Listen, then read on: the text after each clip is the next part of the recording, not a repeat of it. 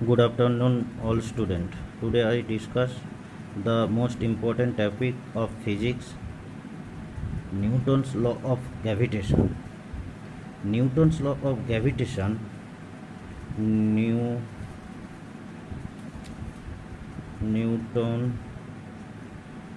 law of gravitation, ये आज का टॉपिक है। इसके बारे में आज एक्सप्लेन होगा। तो न्यूटन्स लॉ ऑफ ग्रेविटेशन क्या है, पहले इसके बारे में हम जान लेंगे।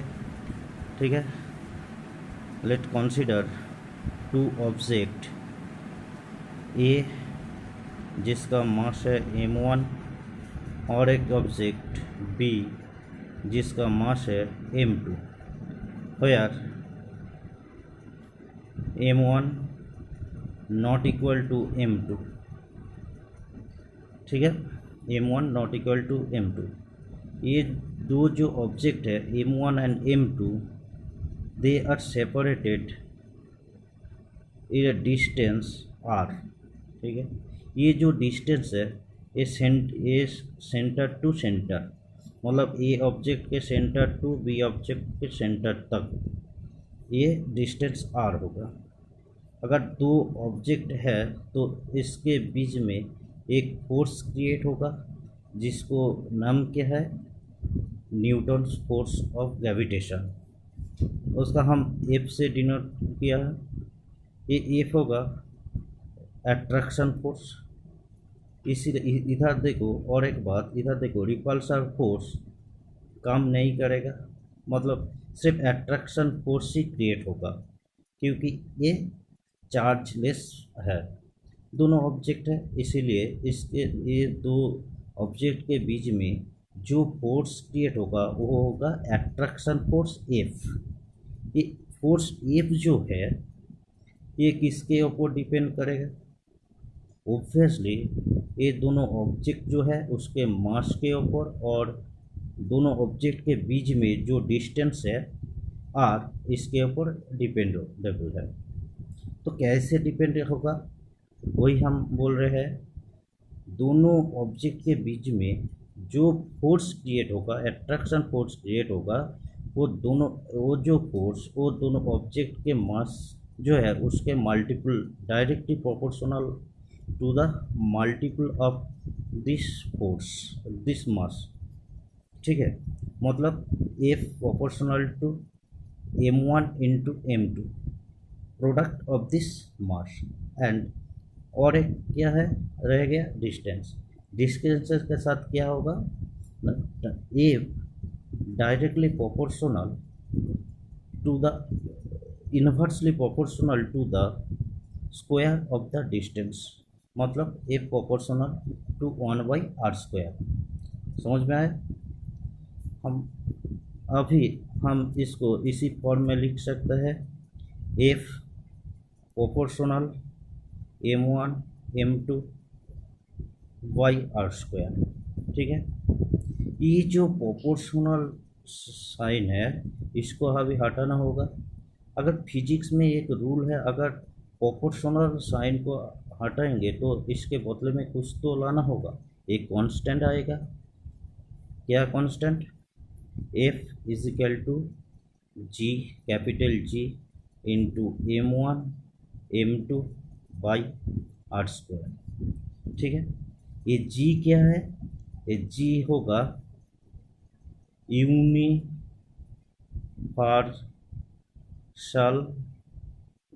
Gravitational constant.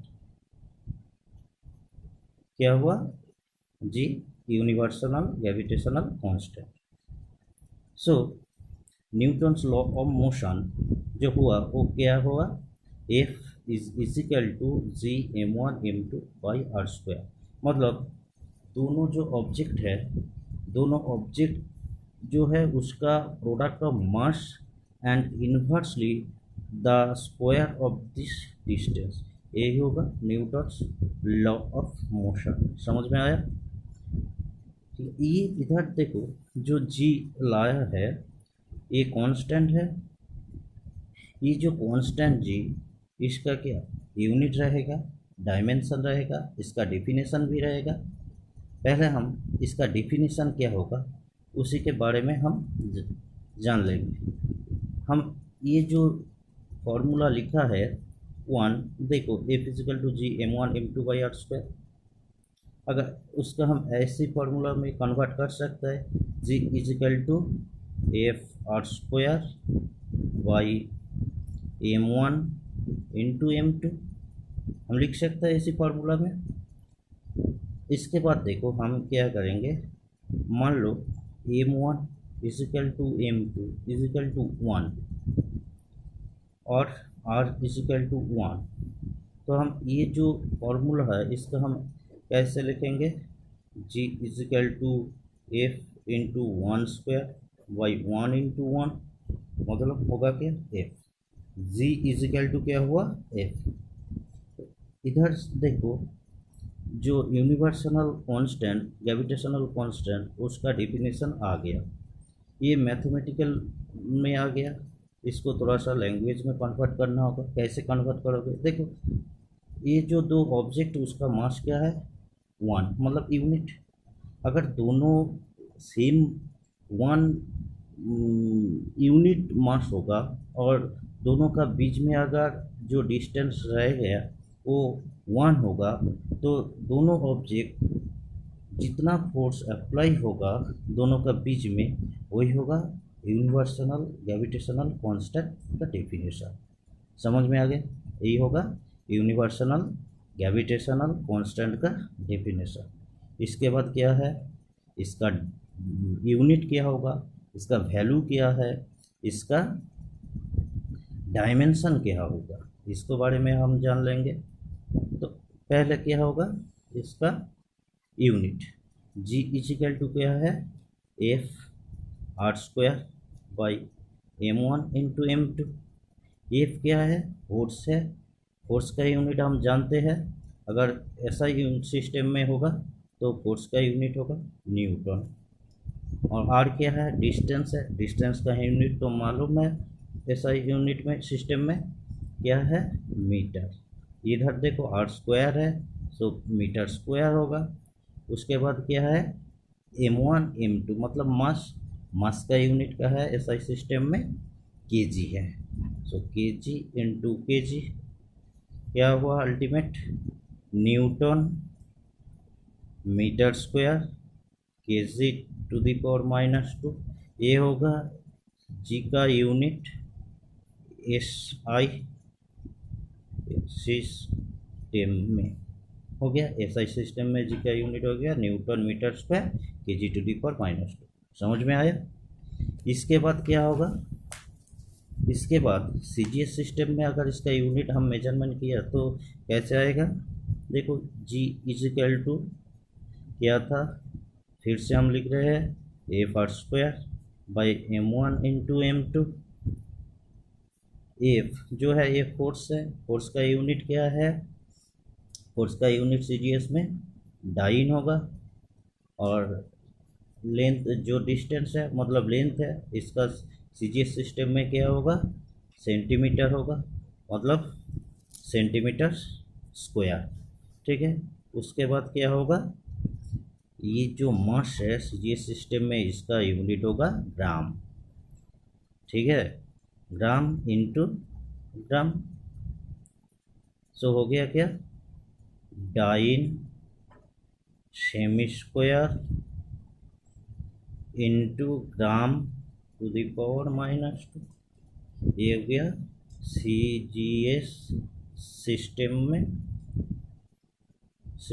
में जी का यूनिट। ठीक है, तो इसका पहले डेफिनेशन हो गया, यूनिट भी हो गया। इसके बाद क्या है, उसका तो डायमेंशन भी होगा। तो चलते डायमेंशन क्या होगा वो हम देख लेंगे। जी इजिकल टू क्या है एफ मतलब क्या है, एफ मतलब है फोर्स, फोर्स का डायमेंशन क्या है m/L⁻²। ये फोर्स का जो डायमेंशन m/L⁻², ये कहाँ से आया, देखो ये जो आया जो मोशन चैप्टर है मैकेनिक्स में, उधर भी न्यूटन्स लॉ है, न्यूटन्स लॉ ऑफ मोशन।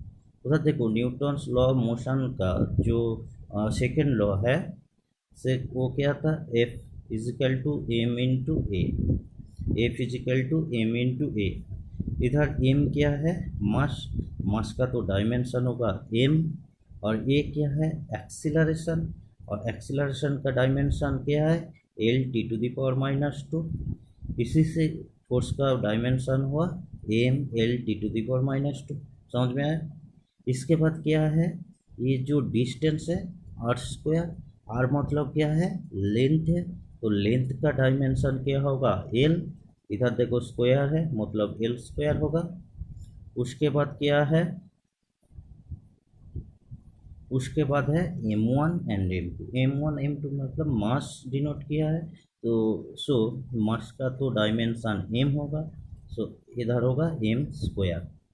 तो अल्टीमेट फाइनली क्या आया, g का डायमेंशन, g का डायमेंशन हुआ m to the power minus one L cube T to the power minus three.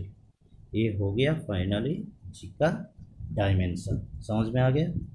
तो डायमेंशन में जब डायमेंशन तुम कैलकुलेट करोगे तो कैसे होगा, उसके पहले तुमको प्राइमरी कुछ यूनिट, प्राइमरी कुछ पैरामीटर है फिजिक्स में, जैसे फोर्स है, जैसे एक्सीलरेशन है, जैसे मास है, इसको तो डायमेंशन आपको पता ही याद रहना चाहिए। ठीक है, तो फाइनली जी का डायमेंशन आ गया।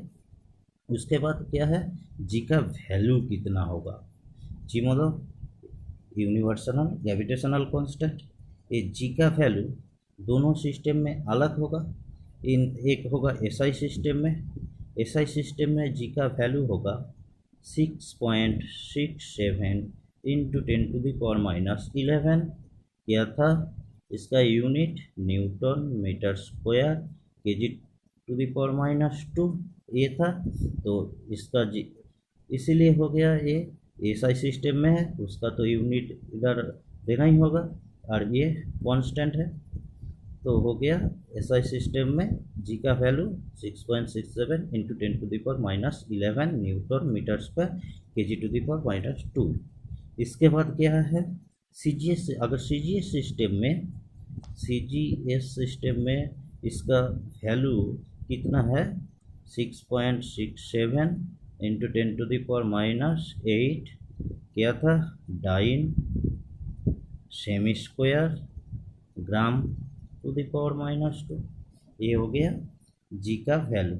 तो अभी तक हम कहाँ तक आया, जी का वैल्यू तक, मतलब पहले क्या था what is Newton's law of gravitation, वो तो हो गया। उसके बाद जो टर्म आया, जो जी आया यूनिवर्सल ग्रेविटेशनल कांस्टेंट, उसके बारे में हम जान लिया, उसका डेफिनेशन क्या है, उसका डायमेंशन क्या है, उसका यूनिट क्या है, उसका वैल्यू क्या है। ठीक है, अभी तक हुआ न्यूटन्स लॉ ऑफ मोशन, जिसका फॉर्मूला हम रिपीट करेंगे, F equal to G m1 m2 by are square. ठीक है, इसके बाद हम देखते हैं ये जो एक्सीलरेशन हम देखा है Newton's law of motion chapter में। इधर देखो एक्सीलरेशन था, एक्सीलरेशन क्या है, एक्सीलरेशन का डेफिनेशन था velocity change with respect to time, मतलब a equal to v by t था। अभी इधर हमको जानना होगा एक्सीलरेशन ड्यू टू ग्रेविटी क्या है। Acceleration due to gravity g denoted by small g, ये क्या है इसके बारे में जानना होगा। इसका एक्सप्रेशन क्या होगा, मतलब फॉर्मूला क्या है, उसको निकालना होगा। ये जो acceleration due to gravity small g, पहले इसका हम फॉर्मूला कैसे आएगा वो मेजरमेंट करेंगे। ठीक है, मान लो ये अर्थ सरफेस है, ठीक है, अर्थ है, यह इधर सेंटर है, और इसका रेडियस आर है, और अर्थ का मास कैपिटल एम है। क्या बोला है अभी? ये अर्थ है, इसका रेडियस आर है और मास एम है। ठीक है, मान लो अर्थ सरफेस से स्मॉल आर डिस्टेंस पर, मतलब यह तक स्मॉल आर डिस्टेंस में, हाइट में, और एक ऑब्जेक्ट है जिसका भर है स्मॉल एम। क्या है?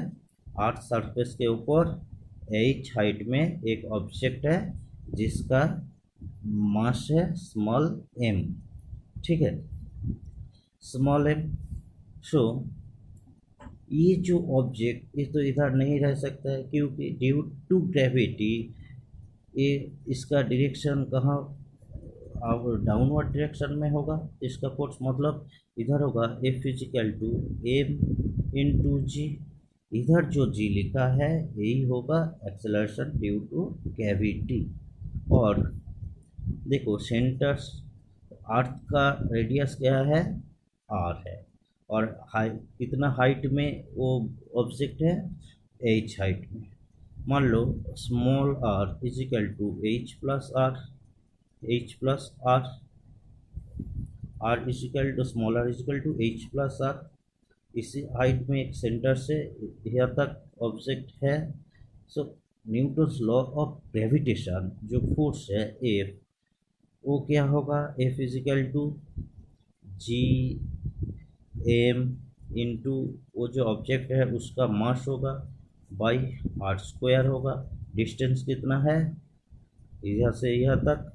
मतलब h plus r whole square होगा, जिसको हम क्या स्मॉल आर से डिनोट किया है, इसीलिए स्मॉल आर स्क्वायर हो गया। ये जो फोर्स और ये जो फोर्स, ये दोनों फोर्स इक्वल है। सो हम लिख सकते हैं m into g equal to ji M m by are square.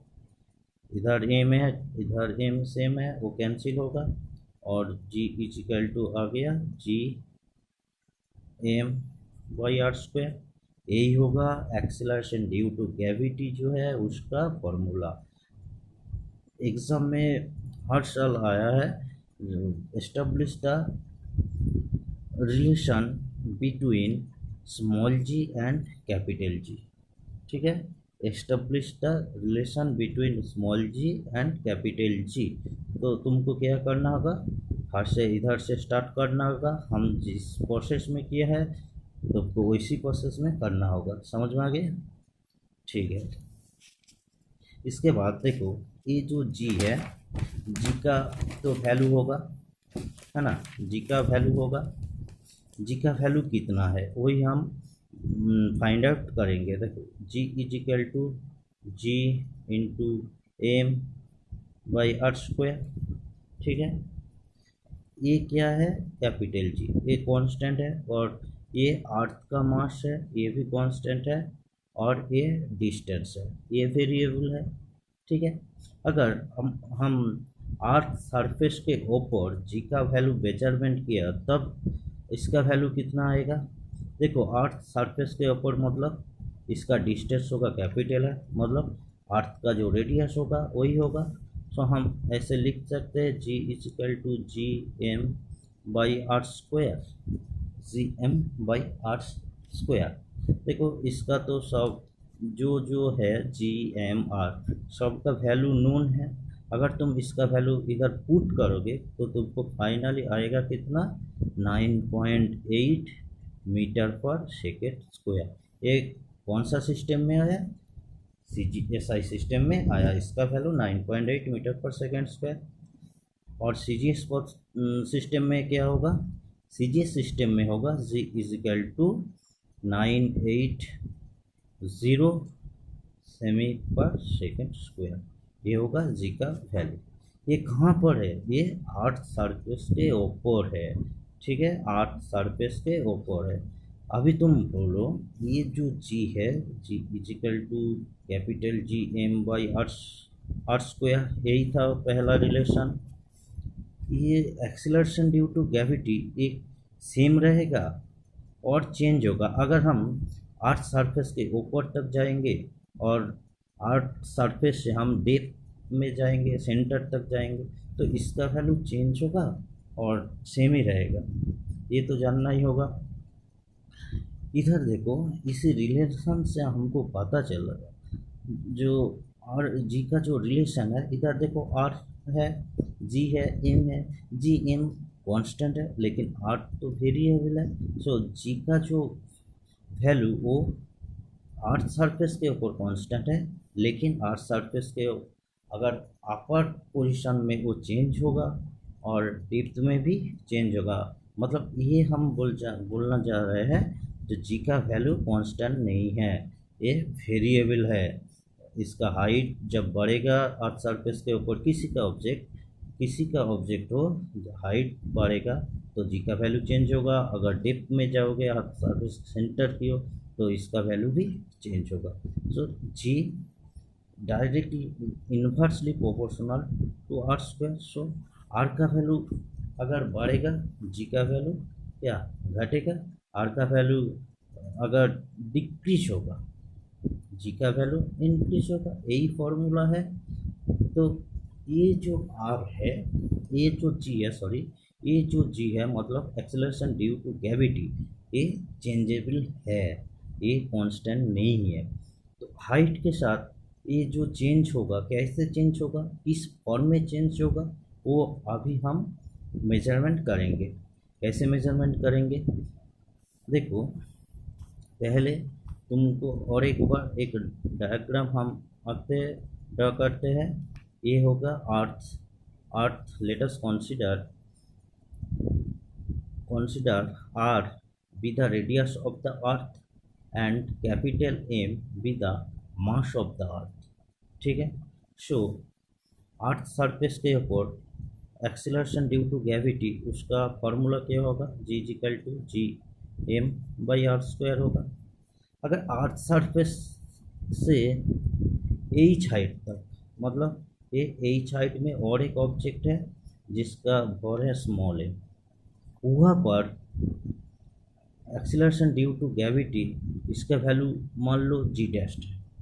सो हम लिख सकते हैं g dash is equal to G M by r plus h whole square. G dash क्या है, एच हाइट में एक्सेलरेशन ड्यू टू ग्रेविटी जो है उसका वैल्यू है। तो हमको क्या करना होगा, जी डैस्ट का वैल्यू मेजरमेंट करना होगा। ये इक्वेशन नंबर 1 है, ये इक्वेशन नंबर 2 है। ठीक है, हम इक्वेशन नंबर 2 से डिवाइडेड करेंगे इक्वेशन नंबर 1 को। ठीक है, सो हम ऐसे लिख सकते हैं जी डैस्ट बाई जी होगा is equal to G M by r plus h whole square and to r square by G M, ऐसे ही होगा ना। तो जी एम क्या काट होगा, रह जाएगा r square by r plus h whole square. ठीक है, r square plus h whole square. So g dashed equal to g into, हम लिख सकते हैं g into r square by, इधर देखो आर हम क्या कॉमन लेते हैं, आर स्क्वायर अगर कॉमन लेंगे तो 1 प्लस एच बाई आर होगा, होल स्क्वायर होगा, क्योंकि इधर देखो आर नहीं है, अगर कॉमन लिया मतलब आर तो नीचे आएगा ही। ठीक है, देखो आर स्क्वायर काट होगा, उसके बाद होगा g by 1 plus h by r whole square. ठीक है, इसके बाद क्या होगा, इसके बाद होगा देखो g dash equal to g into 1 plus h by r to the power -2। हम एक उधर देखो यह था g dash equal to g into 1/1 plus h by r whole square, ऐसे ही था। तो हम इसको ऊपर में लेकर आया, मतलब ये जो स्क्वायर था ये -2 होगा। ठीक है, -2 होगा। तो इसको हम मैथमेटिकल का एक रूल है, बाइनोमियल थ्योरी में तुम पढ़ोगे, 1 plus x to the power minus one, इसको अगर एक्सपांड हम किए तो क्या होगा, one minus x plus x square by factorial two, इसी टाइप का होगा minus x cube by factorial three plus dot dot, ऐसे ही चलता रहेगा। ठीक है, तो इधर हम इसी फॉर्मूला से इसको हम एक्सपेंड करेंगे, तो कैसे आएगा, g into one minus two s by r plus x square मतलब a square two square by are square into factorial two minus dot dot, ऐसे ही चलेगा। देखो इधर जो है आर क्या है, रेडियस ऑफ द अर्थ, और एच क्या है, height of the earth surface. इधर देखो r is greater than h, so हम इधर ये जो a square by are square इसका वैल्यू क्या होगा, बहुत कम होगा, तो हम ये जो टर्म है इसको हम नेगलेक्ट करेंगे। तो नेगलेक्ट करने के बाद क्या रह जाएगा, g into one minus two h by r, ऐसे ही रह जाएगा। तो फाइनली आया कितना, g dash equal to g into one minus two h by r, यही होगा एच हाइट में एक्सेलरेशन ड्यू टू ग्रेविटी का वैल्यू। समझ में आ गया, आई थिंक सबको समझ में आ गया। अगर किसी को नहीं आया तो बोल सकते हैं, हम दूसरा बार रिपीट करेंगे। ठीक है, ये तो हो गया हाइट के साथ एक्सेलरेशन ड्यू टू ग्रेविटी कैसे चेंज होगा इसका वैल्यू।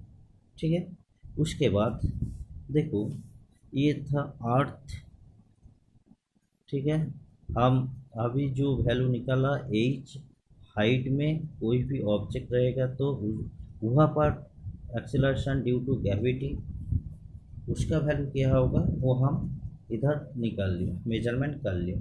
लेकिन दूसरा पॉइंट ये है, डेप्थ के साथ एक्सेलरेशन ड्यू टू ग्रेविटी कैसे चेंज होगा, उसका फॉर्मूला ही क्या होगा वो हमको कैलकुलेट करना होगा अभी।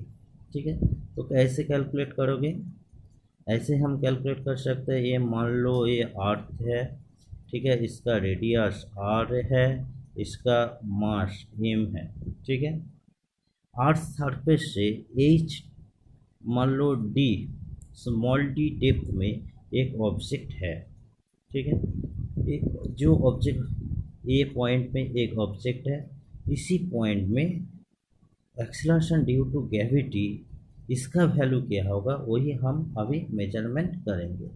तो इसीलिए हम क्या करेंगे, ये डी है और ये आर है, मतलब इधर हम और एक सरफेस ड्रॉ कर सकते है जिसका रेडियस होगा क्या, r minus d, r minus d. R minus d का एक रेडियस के साथ हम एक सर्कल ड्रॉ किया है। अगर देखो ये जो ऑब्जेक्ट है, ये जो अपर सर्कल है उसके नीचे में है, और जो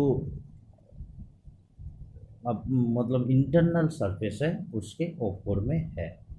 अगर इधर एक्सेलरेशन ड्यू टू हमको मेजरमेंट करना है तो सिर्फ आर माइनस डी का जो सर्कल है उसके साथ ही रिलेटेड है। तो कैसे मेजरमेंट होगा, कैसे मेजरमेंट होगा, इधर ए पॉइंट में एक्सेलरेशन ड्यू टू ग्रेविटी का वैल्यू।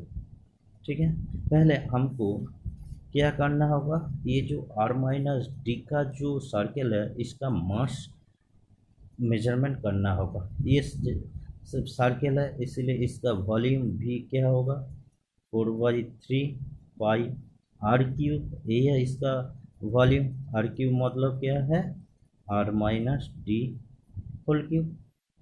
ठीक है, उसके बाद अगर हम मास मेजरमेंट करेंगे, मान लो एम डेस्ट है, आर माइनस डी जो सर्कल है उसका mass m minus d r minus d. ठीक है, m dash is equal to 4/3 pi are minus D whole cube into rho. हम जानते हैं एक रिलेशन मॉडल लॉ फिजिक्स का, तो हम क्या लिख सकते हैं, M dash is equal to 4/3 pi are minus D whole cube into rho. Here rho is the average density of the earth. ठीक है, तो एक फार्मूला था, कैसे फार्मूला, जो M is equal to V into D, volume into density के साथ अगर मल्टीपल करोगे तो किसी का ऑब्जेक्ट में मास निकल आएगा। ठीक है, तो हम लिख सकते हैं M dash equal to 4/3 Y are minus D whole cube into rho. अभी हम क्या करेंगे, इधर जो ऑब्जेक्ट ए है, इधर जो ऑब्जेक्ट है डी डेप्थ पर, वहाँ पर जो फोर्स एक्टिव होगा वो होगा F equal to m into g dash. G dash मतलब इधर ए पॉइंट में उसका एक्सेलरेशन ड्यू टू ग्रेविटी और एम इसका मास है। और एक फोर्स क्रिएट होगा Newton force, gravitational force F equal to ji m dash m by r minus d uh whole square, ऐसे ही होगा। ठीक है, और ये जो फोर्स और ये फोर्स दोनों क्या सेम है, तो हम लिख सकते हैं m into g dash equal to ji m dash m by r minus d uh whole square. देखो एम काट के कैंसिल होगा, उसके बाद हम लिख सकते हैं g dash equal to g into m dash by r minus d uh whole square. ठीक है, और एम डेस्ट का वैल्यू तो इधर है। ठीक है, हम पुट करेंगे एम डेस्ट का value g into 4/3 pi are minus d uh whole cube into rho by are minus d uh whole square. देखो इधर स्क्वायर है, क्यूब काट गया, रह जाएगा आर माइनस डी स्ट्रिप। So g dash is equal to g into 4/3 g into by are minus d, ऐसे ही होगा इंटू रो। अगर ये जो जी है मतलब यूनिवर्सल ग्रेविटेशनल कांस्टेंट, उसका एक वैल्यू है, देखो कैसे आएगा उसका value, G is equal to small G is equal to G M by are square. इधर जी मतलब जी इज इक्वल टू हम लिख सकते हैं जी आर स्क्वायर बाई एम। ये जो जी इसका वैल्यू हम इधर पुट करेंगे 4/3 g r square by m into pi are minus d into.